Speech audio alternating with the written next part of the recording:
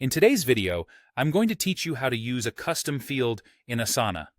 If you're looking to enhance your project management capabilities by tailoring your Asana workspace to better suit your needs, integrating a custom field is a fantastic way to start. So, let's dive into how you can do this effortlessly.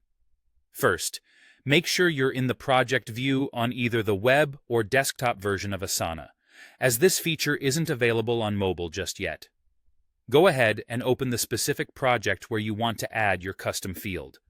It'll typically be one that could benefit from a bit more customization, giving your team clearer insights or trackable data points that are crucial for your workflow.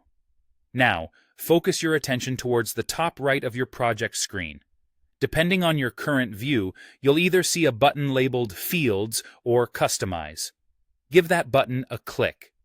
According to Asana, this is your starting point for introducing custom fields into your project.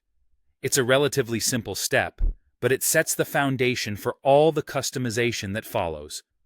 Once you've brought up the menu, you'll notice an option that says Add Field, or perhaps Add Fields. Select this option, and you'll be presented with a couple of choices. You can either select an existing custom field from your organization's library, which is particularly useful if someone else has already created a field that fits your needs.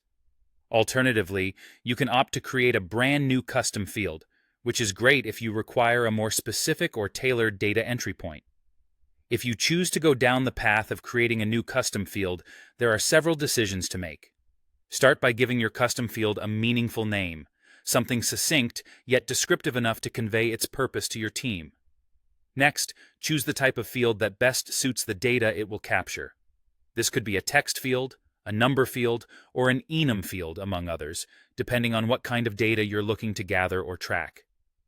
If you select an enum field, remember to define the options available, and perhaps assign colors if that visual cue will aid understanding or categorization.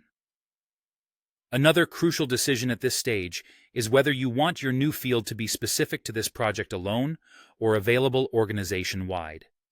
Making it organization-wide can be beneficial for consistency across multiple projects. But if this customization is unique to just this project, limiting it to this view can reduce clutter elsewhere. Once you've set everything up, your custom field will appear as a column in the list view of your project.